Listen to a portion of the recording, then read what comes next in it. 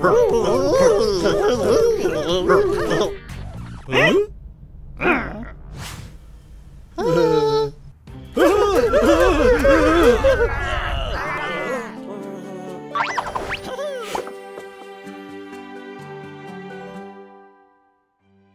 year was 1831, and Thompson, Ohio was a quiet little town full of farmers, fences, and a strange beat. One of those farmers was Leman Copley. He was a member of a church known as the Shakers. No, not because they loved milkshakes or studied earthquakes, but because they loved to dance. Like full-on herky-jerky, mungo-jerry, boogie-woogie, wobbly-bobbly, rama-rama-ding-dong kind of dancing. Whoa, mama. The Shakers believed in some really good things like agency, profits, and sharing what you had. But also, no meat, no marriage, and no kids. Zero, zilch, nada. No kids? Huh? Oh, and lots of boogie-woogie, grooving, and moving. Leman didn't go quite all in on the Shaker vibe. He liked some of the things they did, but not all.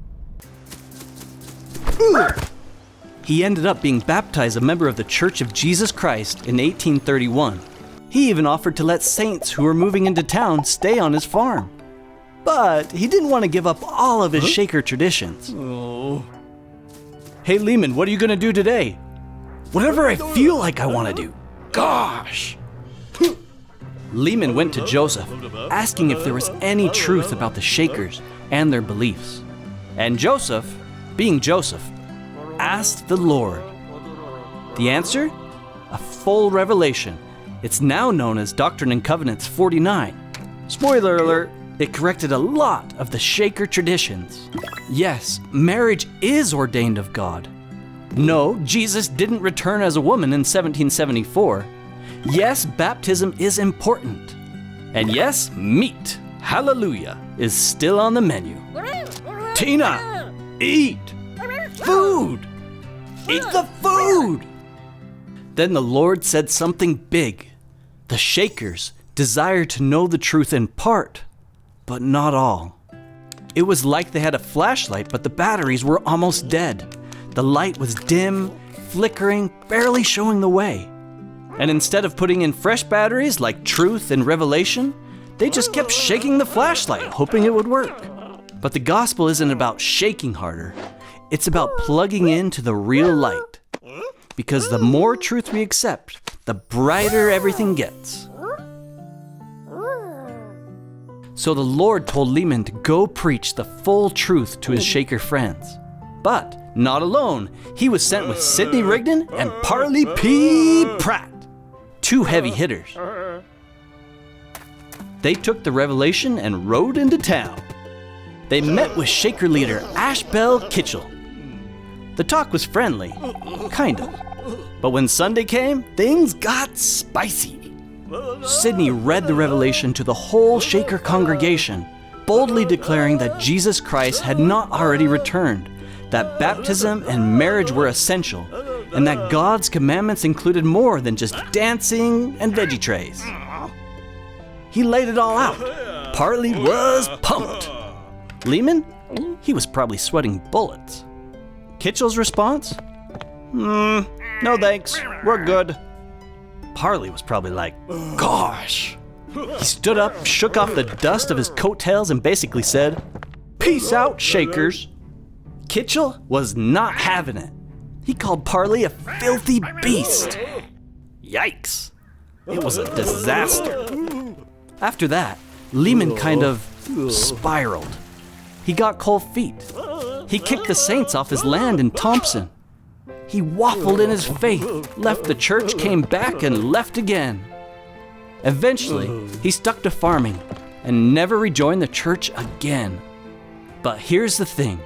His story still teaches us something very important. Leman wanted to follow Christ, but he struggled to let go of old beliefs, habits, and traditions. He had part of the truth, but not all of it.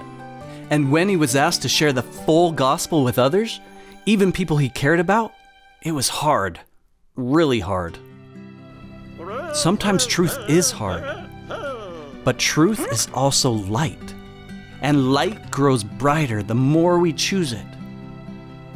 So if you've ever felt stuck between two opinions, or scared to let go of old ideas, or nervous to stand up for what you believe, remember Leman. And remember your flashlight.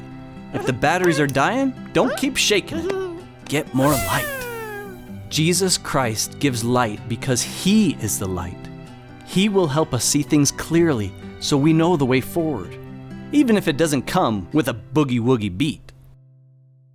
That which is of God is light, and he that receiveth light and continueth in God receiveth more light, and that light groweth brighter and brighter until the perfect day. D&C 5024. Thanks for joining us, my Thumby friends, and a sincere thank you to our supporters and members. We need your help to continue to produce these videos. Please consider subscribing or joining our memberships. Oh, and check out some of these thumbtastic images and artwork from our fellow Thumbies.